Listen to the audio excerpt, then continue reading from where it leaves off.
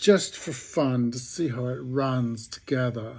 My brother and I with a friend over dinner. Quote, how did the English come up with that accent, the one they use all the time in Shakespeare? End quote. Well, they invented it. They invented it. But not being born accented in some sense, we all invent how we speak, imitate mum and dad or the kids at school from what we hear and then choose. And then I suppose we decide that how we speak is actually our identity, our innate identity. It isn't. It's an invention. Later that night during sleep, what is it like to be brought up without God? If mom and dad didn't insist. I was brought up without God, I think. He was always around, all over school, in pledges and anthems, etc., lightly drawn, never insisted upon. The stories were awesome. Daniel seemed brave as Achilles and Gilgamesh. David of Sassoon, an Armenian folktale, and Beowulf. Oh, and then there was Moses. Wow. Did I believe them? Yes, I think I did, and I think I do, but then I am pretty sure I have a different definition of believe. It's all up for grabs, so I guess I don't believe anything. Perhaps, as Jung said, I don't believe, I know. I know the thrill of the first crunch of snow in the wardrobe of the Lion and the Witch. Why this them and not the big him? Him, because he's a shit. There's no disputing it.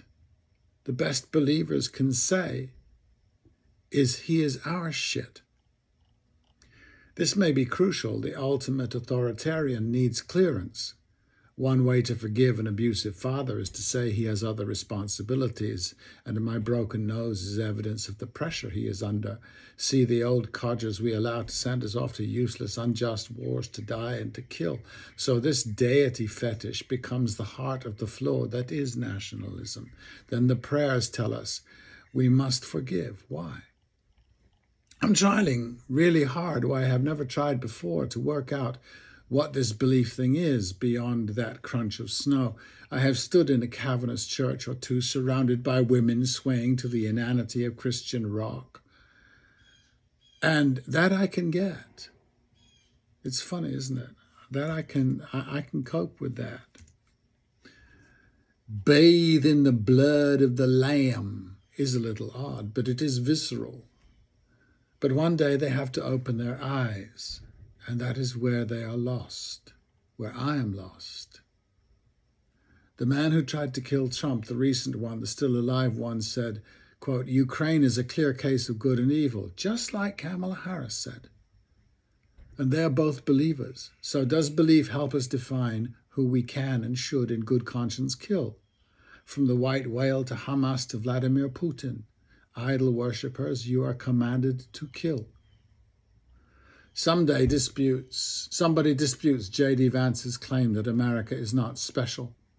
He says America is a homeland, a dodgy concept these days, and not something better. Then I realize I don't believe either of them. They are both believers in God and otherwise. So the best I can do is give myself a break and say, to date, I do not believe. And because of my love of Edmund and Achilles and Gandalf, of Galadriel and Morgana, I have absolutely no tussle with believers. I hope they get as much out of their belief as I get out of mine, whatever it is.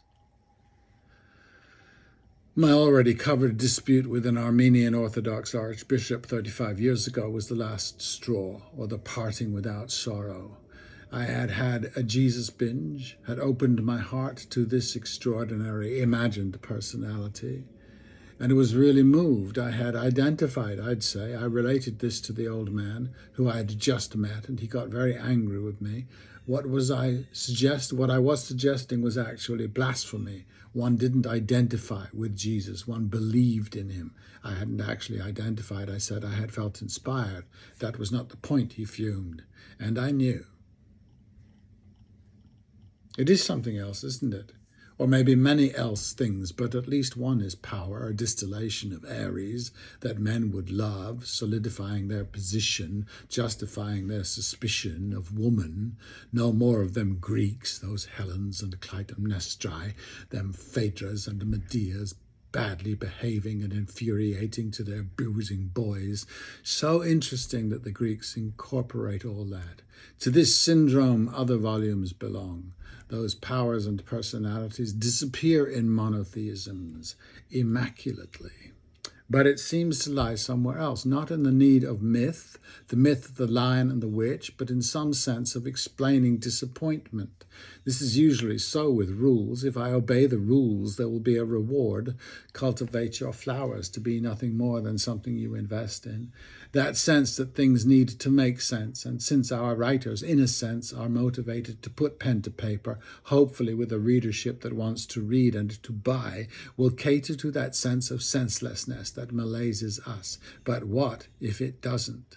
What if, as some suggest, you walk out of your tent in the morning and the world buzzes with meaning, with sense? If the land whispers at you and the bees beckon? I wonder sometimes if the enduring Yahwehs and Allahs are really the most adaptable to modern life, the one where the buzz of meaning is covered in concrete, all vibration gone. A world like that would only belong to a daddy, to the one we have forgiven for his unspeakable acts of cruelty because he did not inflict them on us yet. So my thought is that I have no space for this craggy dad. All would be well, but you keep on killing. If you just stop, I don't know, maybe that is the problem. If you just stop, maybe you lose your meaning. What is happening in Palestine is inevitable. God carnage. Sam Seder of the Majority Report, a very thoughtful fellow, said that one should vote for Kamala Harris because she seems marginally, possibly might be, more sympathetic to the Palestinians than Joe or Trump. One would think so, but apparently not. You see, you can't imagine the Medea, can you? And why, in my non-God world, would I wait? This take is as arrogant as a supremacist can get. How many dead Palestinians while Kamala smiles and plays a villain? I could be friends with Israel without giving them guns. I could buy their olive oil. And when your world trade is in lethality, you need a God to make that work. What Seder said is actually obscene. Kamala's barbarity is rooted in her God, just like Medea's, her manifest destiny. And there is a tradition deep of this in the Democrats. War is the game that fills the books. God says, Abraham, kill me a son. Abe said, man, you must be putting me on. God said, no. Abe said, what? God said, you can do what you want, Abe, but the next time you see me coming, man, you better run. Abe said, where do you want this killing done? And the human caved to the deity he made because he wanted to be a leader.